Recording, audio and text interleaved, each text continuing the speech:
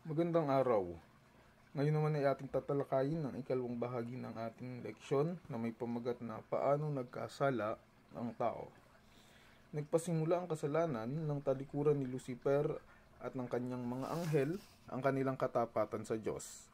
Nang sila ihagis mula sa langit, Apokalipsis 12 verse 9, si Satanas ay bumalangkas ng isang panukala upang makuha ang tao sa pagsunod sa kanya. Ito ang tunggalian ni Satanas at ni Kristo kapwa sila humahanap ng mga mahihikayat. Unang tanong, anong ginagawa ni Satanas doon sa halamanan ng Eden na kinaroroonan noon ng tao? Genesis 3 verses 1 through 4.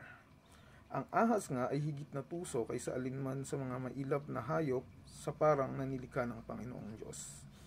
Sinabi niya sa babae, "Sinabi ba ng Diyos, huwag ninyong kakainin ang mula sa alinmang punong kahoy sa halamanan?" At sinabi ng babae sa ahas, makakain namin ang bunga ng mga punong kahoy sa halamanan, subalit sinabi ng Diyos, huwag ninyong kakainin ang bunga ng punong kahoy na nasa gitna ng halamanan. Huwag din ninyo itong hihipuin, kundi kayo'y mamamatay. Subalit sinabi ng ahas sa babae, tiyak na hindi kayo mamamatay. Pansinin, kinuha ni Satanas ang pansin ni Eva sa pamamagitan ng paggamit ng ahas bilang isang medium.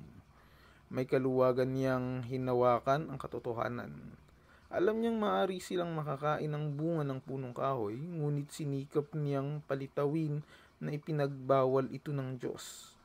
Nang sabihin ni Eva sa kanya na ang bunga lamang ng punong kahoy sa gitna ng halamanan ang hindi nila dapat kainin, nihipuin man, baka sila mamatay, ay sinalungat nga ni Satanas ang Diyos at nagsalita ng kasinungalingan. Tiyak na hindi kayo mamamatay. Kalawang tanong, sinong pinaniniwalaan ni Adan at Eva, ang Diyos o si Satanas?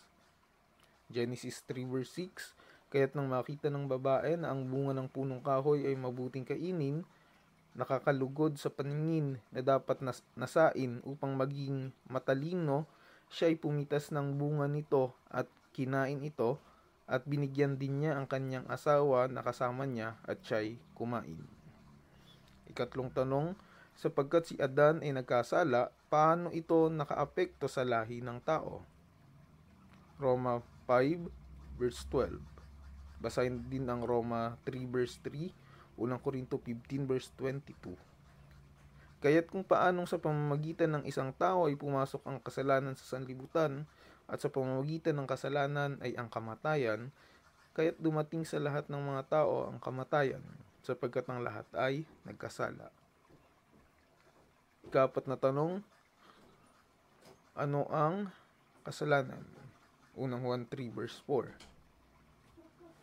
Ang sinumang gumagawa ng kasalanan ay lumalabag din naman sa kautusan, at ang kasalanan ay ang paglabag sa kautusan.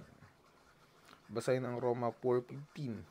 Ang kautusan ng Diyos ay tumutulong sa atin upang maalaman kung ano ang kasalanan.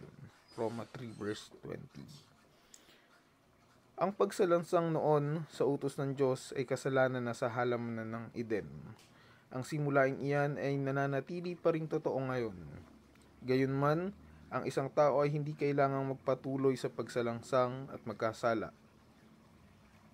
Kailanmat ang isang tao ay magkasala, ginagawa niya ang pagpiling iyon.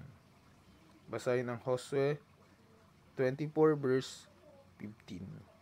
Sa susunod na bahagi, atin namang tatalakayin ang may pamagat na bakit pinahintulutan ng Diyos ang kasalanan.